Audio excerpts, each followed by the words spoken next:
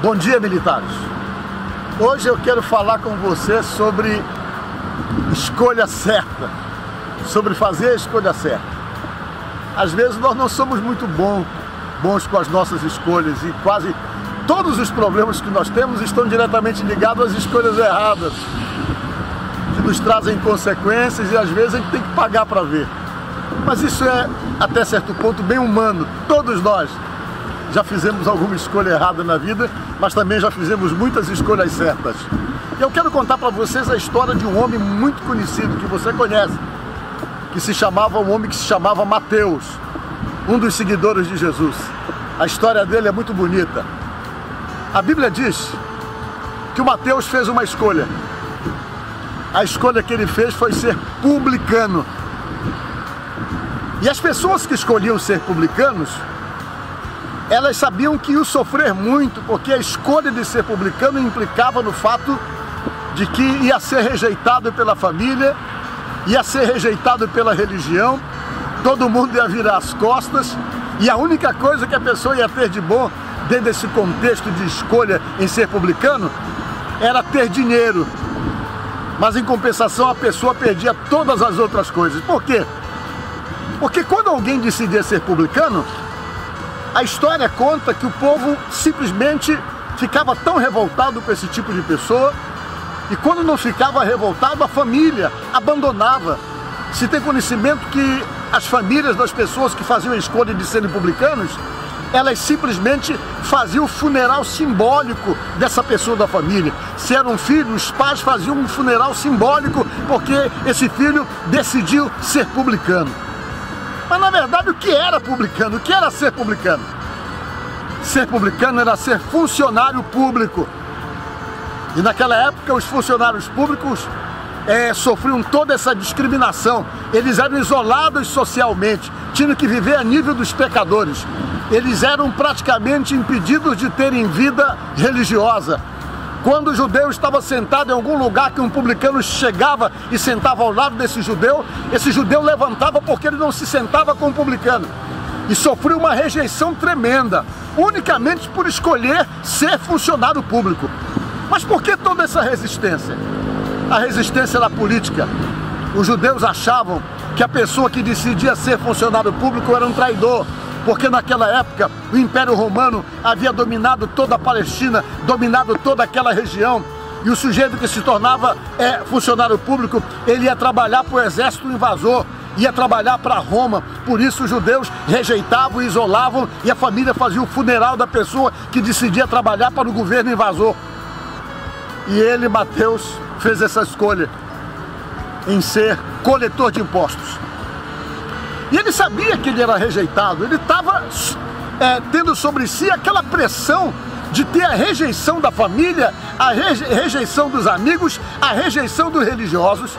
E o trabalho dele era exatamente na coletoria, que ficava na cidade de Cafarnaum. Tinha lá uma barraquinha que era ele que cobrava os impostos ali, de toda a mercadoria que entrava no porto. E geralmente os publicanos também eles eram desonestos. Ele cobrava imposto acima daquilo que tinha que cobrar para reter uma parte para si mesmo, e eles costumavam ficar muito ricos. E era ali que ele trabalhava. E Jesus Cristo morava praticamente em Cafarnaum. Foi a cidade que Jesus escolheu para morar. Ele nasceu em Belém de Judá, se criou em Nazaré, mas decidiu morar em Cafarnaum, onde morava o Pedro. E diz a palavra de Deus que um dia ele viu Jesus passar ali. Jesus passou por ali muitas vezes. Ele viu Jesus muitas vezes, sabia quem era Jesus, mas ele não ousava se aproximar, por saber que era publicano. Talvez na cabeça dele, Jesus ia simplesmente repeli-lo, ia rejeitá-lo, e ele nunca tomou a decisão de abordar Jesus naquelas tantas vezes que ele viu Jesus passar, mas ele tinha uma admiração por Jesus. E quando foi um dia, Jesus veio de uma viagem, quando ele desceu do porto, que desceu do barco, ele passou na coletoria. Isso está em Mateus capítulo 9, versículo 9. E quando Jesus passou na coletoria, Jesus viu ele sentado lá coletando os impostos. Jesus olhou para ele e disse: vem e segue-me. Foram as palavras de Jesus. Na mesma hora, ele largou dinheiro, largou coletoria, largou tudo e começou então a seguir Jesus. Mas ele disse mais para Jesus ainda: Senhor, eu quero fazer uma festa lá na minha casa para lhe apresentar. Ele tinha muitos amigos da roda social dele, ligado também à mesma situação dele, pessoas rejeitadas, pessoas que a religião colocava do lado, pessoas que não eram olhadas com simpatia. E ele acabava então tendo um círculo de amizade entre essas pessoas que sofriam rejeição religiosa e que sofriam rejeição social. Era esse o grupo deles. Ele estava classificado entre os publicanos e os pecadores, que era um grupo de pessoas que ninguém aceitava. E ele chegou então, convidou os amigos para uma festa. E os amigos foram para a festa pensando que era uma daquelas festas que ele costumava dar, com muita bebida, com muita farra, com muita loucura. Eram as festas que ele costumava dar. E nesse dia o pessoal, quando viram convidando para a festa, imaginou: é alguma festa que tem lá na casa dele, vamos lá. E chegou aquele monte de gente errada, gente que era rejeitada para aquela festa.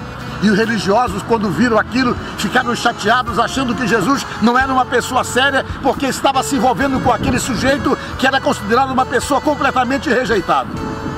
E ele fez a festa, todo mundo foi para lá.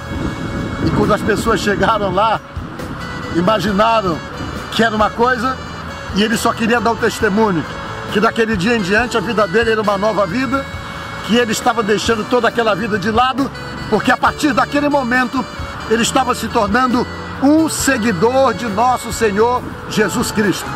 E aquilo deve ter impactado todo mundo ali, deve ter impactado a sociedade daquela cidade, por saber que aquele homem que ganhava tanto dinheiro estava abrindo a mão de tudo e fazendo uma nova escolha, uma escolha certa em se tornar um seguidor de nosso Senhor Jesus Cristo. E esse homem está sendo lembrado aqui agora e ficou marcado na história por essa escolha. Se tornou então o primeiro escritor do Novo Testamento, do primeiro livro do Novo Testamento, São Mateus.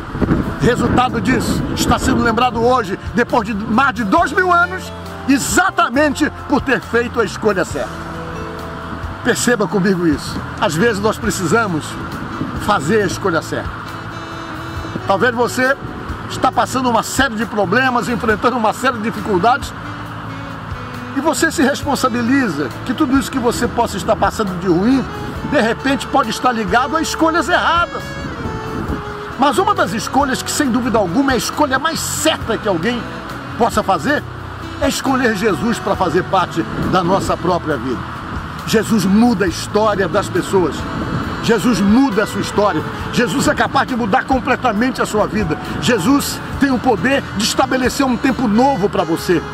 Talvez você se sinta vazio, talvez você sente e percebe que tem a necessidade de algo que possa preencher esse vazio que você sente na sua própria alma. Talvez você tenha percebido isso já, que está precisando tomar uma nova atitude, que está precisando fazer uma escolha certa. Talvez você tenha sentido que Jesus Cristo tem falado para você da mesma forma que ele falou para Mateus. Constantemente no teu consciente tem vindo esse pensamento de seguir a Jesus. É Jesus que está dizendo: vem e segue-me, muda de vida. Começa então a fazer a escolha certa, que é a escolha por Deus. Por quê? Porque quando você faz essa escolha por Deus, além da vida transformar, os resultados são benéficos, como foram na vida desse homem chamado Mateus. Então eu termino essa mensagem dizendo para você que Jesus Cristo ainda hoje está dizendo para você: vem e segue-me. E quando ele diz isso, é porque ele tem interesse de estabelecer para você uma nova vida. Pensa nisso. E que Deus te abençoe no nome de Jesus. Vamos orar. Senhor Jesus Cristo, eu te apresento agora pessoas que me assistem neste momento, que percebem a necessidade de serem teus seguidores, assim como foi Mateus.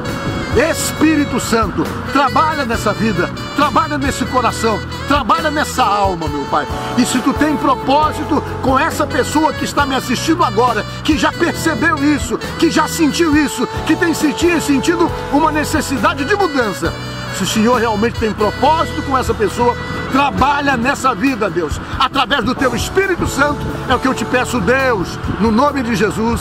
Amém. Fica com Deus.